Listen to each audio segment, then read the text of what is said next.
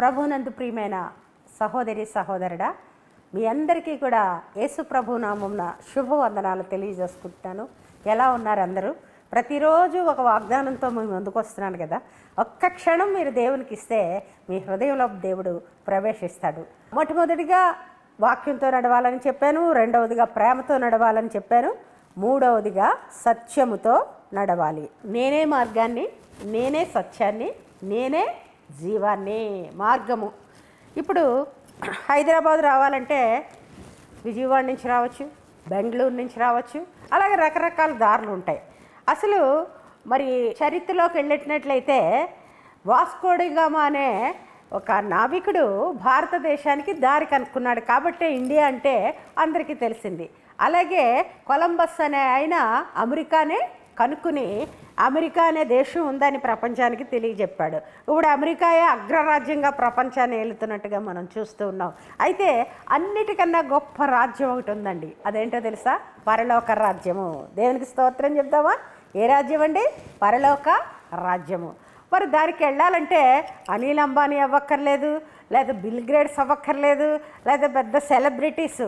నందమూరి తారక రామారావు పెద్ద సెలబ్రిటీ మన తెలుగు వాళ్ళకి, అలాగే నాగేశ్వరరావు, అలాగే శోభన్ బాబు, అలాగే చిరంజీవి, వీళ్ళందరూ కూడా పెద్ద సెలబ్రిటీస్. వేల అభిమానులు, లక్షల అభిమానులు ఉన్నారు.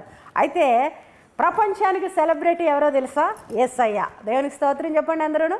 ప్రపంచానికి అత్యున్నతమైన సెలబ్రిటీ ఆయన, సృష్టికర్త. ఆయన ఎవరు చెప్పండి?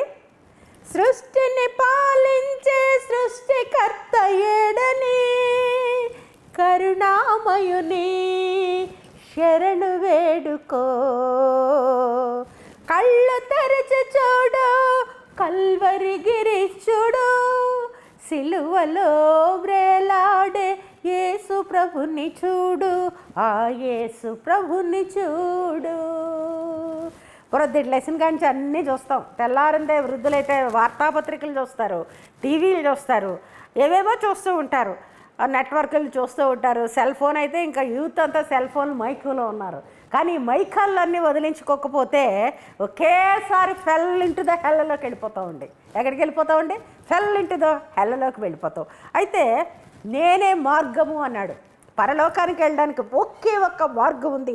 ఆ మార్గం ద్వారా వెళ్ళాలంటే నీ డబ్బు కానీ, నీ ఆస్తి కానీ, నీ ఐశ్వర్యం కానీ, నీ పదవి కానీ, నీ సౌందర్యం కానీ, నీ సొగసు కానీ, నీ సెలబ్రిటీతనం కానీ, నీ యొక్క గొప్ప హోదాలో ఉన్న నీ పదవి కానీ నిన్ను పరలోక రాజ్యంలోకి తీసుకుని వెళ్ళదు. మరి పరలోక రాజ్యంలోకి తీసుకుని వెళ్ళాలంటే నేనే మార్గాన్ని, నేనే సత్యాన్ని. ఆయన ఏం చెప్పాడో అదే ట్రూత్. ఆయన సిలువ వేస్తున్నప్పుడు పిలాతు అడుగుతాడు, సత్యం అంటే ఏమిటి అని అడుగుతాడు.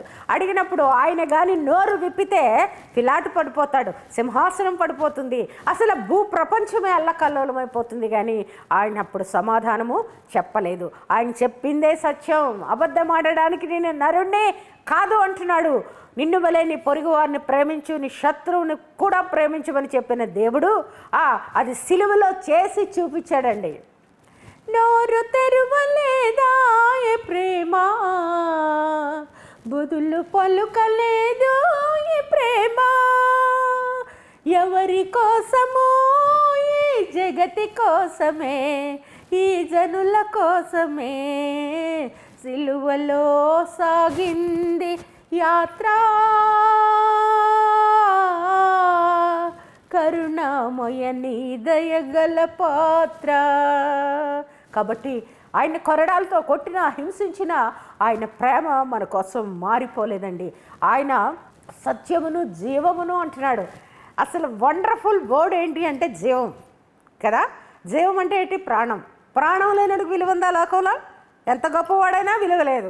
చచ్చిపోయిన రాజు కన్నా బ్రతికి ఉన్న కుక్క మేలు అని మనకి తెలుసు. కాబట్టి జీవం ఇవ్వగలిగిన దేవుడు యేసు క్రీస్తు ప్రభు. నేనే మార్గాన్ని, నేనే సత్యాన్ని, నేనే జీవాన్ని అన్నాడు. కాబట్టి ఆయన మార్గాన్ని తెలుసుకోవాలి, ఆయన సత్యంలో నివసించాలి, ఆయన జీవము అంటే బ్రతుకుతూ నిత్యము బ్రతుకుతాడు. నా ఇందు విశ్వాసం ఉంచిన వాడు చనిపోయినను తిరిగి లేస్తాడు.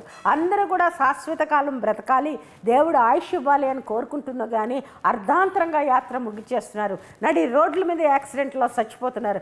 ఇప్పుడైతే సృష్టికర్తను మానేసి సృష్టిని పూజిస్తున్నందుకు ప్రకృతే ప్రళయమై విలయ తాండం చేస్తూ వరదల్లో, నదుల్లో, ఉప్పెల్లో, తుఫాన్లో కొట్టుకుపోతున్న నా సహోదరులను ఎందరినో చూస్తూ ఉన్నావు. కాబట్టి నా ప్రియమైన సహోదరులారా, అన్నిటినీ పరీక్షించండి, సమస్తమును పరీక్షించండి, మేలైన యేసు ప్రేమను తెలుసుకోండి. నేనే మార్గాన్ని, నేనే సత్యాన్ని, నేనే జీవానన్న ఆ యేసయ్య త్యాగాన్ని మీరు తెలుసుకుని ఆచరించిన ఎడల ఎక్కడ ఉంటాం? మనందరమును పరలోక రాజ్యంలో ఉంటాం. నా తండ్రి ఇంట అనేక నివాసాలు ఉన్నాయి, మీకు స్థలము సిద్ధపరిచి నేను వెళుతున్నాను అంటున్నాడు. ఆ రాజ్యానికి వారసులవుదాం, దేవుణ్ణి అంగీకరిద్దాం. దేవుడు మిమ్మల్ని దీవించునుగాక. Praise the lord.